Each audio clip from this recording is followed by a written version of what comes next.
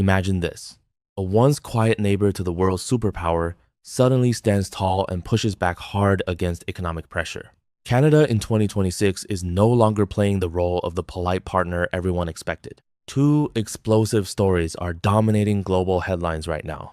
One involves a fierce trade war with the United States that threatens supply chains worldwide. The other is a pioneering ban on social media and AI chatbots for young people that could set a new standard for technology regulation everywhere. These events are not just Canadian news. They carry massive implications for the global economy, for families, for innovation, and for the future of international relations. Stay with me through this deep analysis, because by the end, you will understand exactly why these developments matter to you no matter where you live. We will break down the facts, the numbers, the strategies, the risks, and the opportunities. You will see how Canada is rewriting its playbook in real time and what that means for the rest of the world. Let us start with the trade war that is sending shockwaves across North America and beyond. Prime Minister Mark Carney has taken a firm stand against United States tariffs. He recently stated that many of Canada's former strengths based on close ties to America have now become serious weaknesses. Carney is determined to correct those weaknesses quickly. The United States under President Trump has imposed heavy tariffs on key Canadian exports. Steel faces 50% tariffs. Aluminum faces 50% tariffs. Automobiles and auto parts face 25% tariffs. Forest products are also hit hard. Carney has called these measures clear violations of the existing USMCA trade agreement. He emphasizes that Canada will not accept dictation from Washington in upcoming negotiations. The major review of the USMCA is set for July 2026. Tensions are extremely high as both sides prepare for tough talks. This conflict did not appear overnight. It builds on years of growing friction. Trade between Canada and the United States exceeds $900 billion annually. Nearly $3.6 billion worth of goods and services cross the border every single day. That integration created prosperity, but also deep dependence. When tariffs hit, they disrupt everything from auto manufacturing to energy supplies. Canadian exports to the United States once made up around 76% of total exports. That share has already started declining as Canada seeks alternatives. The goal now is aggressive diversification. Carney is actively courting new partners in Europe, Asia, and the Indo-Pacific. He wants to build resilience so Canada is never again so vulnerable to one dominant trading partner. Economists have modeled the potential damage. A study projected that prolonged tariffs without resolution could shrink Canadian GDP by over 3% in the first year alone. That is equivalent to hundreds of thousands of jobs at risk. The effects cross the border too. American consumers face higher prices on cars, construction materials, and consumer goods. Supply chains that crisscross the border multiple times before final assembly are under strain. Think about a single car. Its parts may travel back and forth between Ontario and Michigan several times. Tariffs add costs at every step, and those costs get passed to buyers everywhere. Yet Carney sees this crisis as a chance for transformation. He has launched initiatives to boost domestic industries and attract foreign investment from countries outside North America. Canada is strengthening ties with the European Union and members of the Comprehensive and Progressive Agreement for Trans-Pacific Partnership. The strategy is clear: reduce leverage that any single nation can exert. This approach is already showing early results. Canadian exports to non-United States markets grew 17% in recent months, while exports to the United States dipped. The world is watching because this is not just a bilateral dispute. It tests the stability of the entire North American economic model. What happens when longtime allies clash over trade? Will other middle powers follow Canada's lead and push for more independence? Or will the economic pain force a quick compromise? The upcoming USMCA review will be a defining moment. If negotiations drag on, uncertainty could slow investment across the region. Industries might delay projects or relocate entirely. On the positive side, successful diversification could create a more balanced and resilient North American economy in the long run. Canada is also addressing its own trade irritants with the United States. Both sides have grievances that need resolution. The alcohol bans in some Canadian provinces remain a sore point for American producers. Carney has noted that those restrictions might ease once American tariffs are lifted. This tit-for-tat dynamic shows how interconnected the issues are. Now let us examine the human and sectoral impacts in greater detail. The auto industry is particularly vulnerable. Canada produces millions of vehicles each year, many destined for the American market. Tariffs threaten jobs in Ontario and Quebec, where manufacturing is concentrated. Steel and aluminum workers in provinces like Alberta and British Columbia face similar risks. Energy exports, especially oil from Alberta, remain a critical lifeline, but indirect effects from trade tensions could influence prices and demand. Small businesses that rely on cross-border commerce are feeling the squeeze too. Higher costs mean thinner margins and potential closures. Yet some sectors are adapting creatively. Companies are exploring new markets in Asia for Canadian lumber and resources. Farmers are looking at alternative export routes for agricultural products. Innovation hubs in Toronto and Vancouver are accelerating efforts in clean technology and advanced manufacturing to reduce reliance on traditional trade. This trade conflict also raises bigger geopolitical questions. In a world of rising protectionism, how should nations balance sovereignty with economic interdependence? Canada's response signals that even close allies must prepare for a more competitive global environment. Middle powers like Canada, Australia, and others may form new coalitions to counterbalance dominance by larger economies. Prime Minister Carney has spoken about building bridges between existing trade blocs to create massive rules-based trading networks. Such moves could reshape global supply chains for decades. The ripple effects extend to consumers worldwide.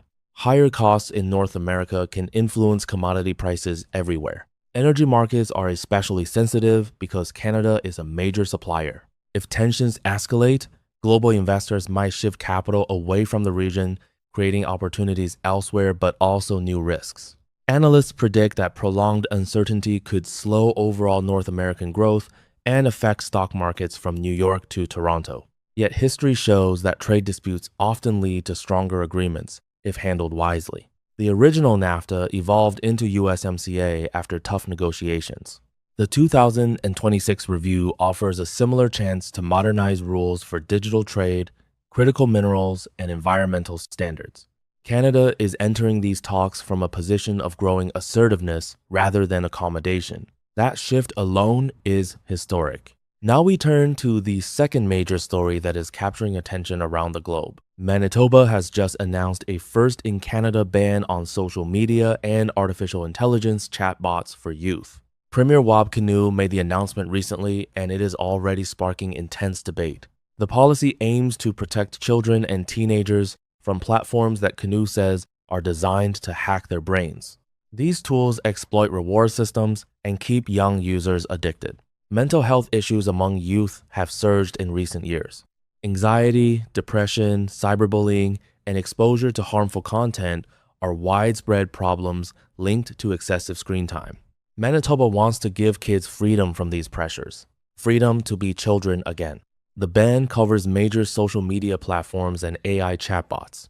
It positions Manitoba as the first Canadian province to take such bold action. Australia implemented a similar ban for users under 16, and early results are being studied closely. Canada is now joining that global conversation at the provincial level. Federal discussions about age restrictions have been ongoing, but Manitoba is moving ahead decisively. Many parents welcome the move. They see it as necessary protection in an era when technology advances faster than regulation. Critics, however, raise important questions. How will enforcement work against international apps? What about issues of free speech and parental choice?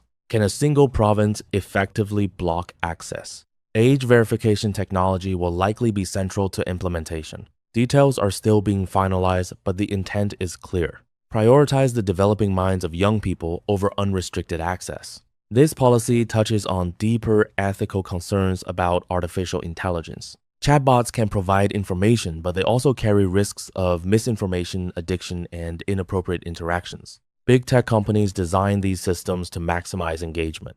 Governments worldwide are now asking whether that business model is compatible with child well-being. Manitoba's ban could inspire similar laws in other provinces and countries. Europe has already passed strict digital regulations. The United States and other nations are debating comparable ideas. If successful, Manitoba's experiment will provide valuable data on mental health outcomes. Studies from Australia suggest reduced screen time can improve sleep, academic performance, and social skills. Yet bans are not a complete solution. Education programs, parental guidance, and healthier alternatives are also essential. The policy highlights a growing global tension between innovation and safety. Artificial intelligence offers tremendous benefits in education, medicine, and productivity, but its unchecked use among children raises red flags. Experts warn that early exposure can rewire developing brains in ways we do not yet fully understand. Premier Carney frames the ban as a stand for child protection in the digital age. It aligns with broader efforts to make technology serve humanity rather than exploit it. This story connects directly to the trade tensions we discussed earlier. Canada is asserting control on multiple fronts. Economically, it refuses to be overly dependent on one partner. Digitally, it is willing to regulate powerful tech platforms to safeguard its citizens. This dual strategy paints a picture of a more confident and proactive nation. No longer content to follow trends set elsewhere, Canada is trying to lead in key areas. The world should take note because these moves could influence policies far beyond Canadian borders. Consider the broader context of technology regulation. Social media has transformed society in just 15 years. It connects people, but also amplifies division and mental health challenges. Artificial intelligence is accelerating even faster. Governments struggle to keep pace with its capabilities and risks. Manitoba's approach represents one model. Other jurisdictions might choose lighter touch regulations or focus on transparency instead of bans. Data from this experiment will be watched internationally. If youth mental health improves measurably, the policy could gain momentum elsewhere. If enforcement proves difficult or unintended consequences arise, adjustments will follow. Either way, the conversation has started and it is unlikely to fade. Now, let us connect these two stories more deeply. Canada faces economic pressure from its largest trading partner. At the same time, it is addressing internal social challenges created by global technology giants. Both situations require balancing openness with protection. At the same time, it is addressing internal social challenges created by global technology giants. Both situations require balancing openness with protection. Trade brings prosperity, but excessive dependence creates vulnerability. Technology brings connection, but unchecked use harms development. Carney and Carney represent different levels of government, yet their actions reflect a shared theme. Canada is maturing as a nation willing to make difficult choices for long-term strength. This transformation did not happen in isolation. Global events like supply chain disruptions during the pandemic and rapid AI advancement have accelerated the shift. Canadians are increasingly aware of external risks and domestic needs. Public support for diversification and youth protection appears strong, yet challenges remain. Economic pain from tariffs could test political resolve. Enforcing a provincial tech ban will require creativity and possibly federal coordination. Success is not guaranteed, but the attempt itself signals change. Looking ahead, several scenarios are possible. In trade, the USMCA review could lead to a renewed, stronger agreement with better dispute mechanisms. Or it could result in annual reviews and lingering uncertainty. Canada might accelerate new trade deals to offset any losses. On the tech front, other provinces could adopt similar bans, creating a patchwork of rules. A national Canadian strategy might emerge. Internationally, these developments could encourage middle powers to assert more independence. Alliances based on shared values rather than sheer economic size may grow. Consumers and businesses everywhere should prepare for a more fragmented but potentially more resilient world.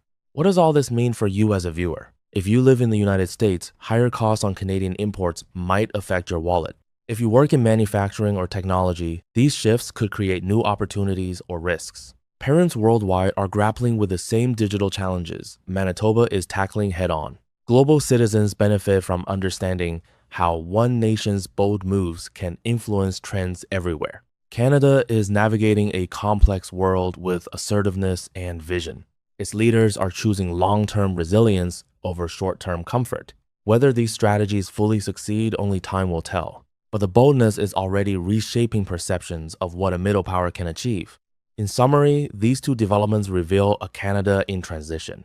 one facing external economic pressure with determination, one protecting its youngest citizens from modern digital harms.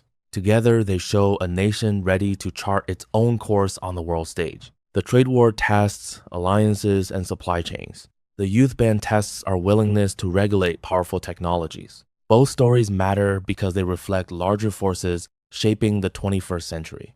Geopolitics, technology, mental health, and economic sovereignty are all intertwined. What Canada does today may inspire or warn other countries tomorrow. I encourage you to think about these issues in your own context. How should nations balance independence with cooperation? How do we protect young people without stifling innovation? Drop your thoughts in the comments below. Which story resonates more with you and why?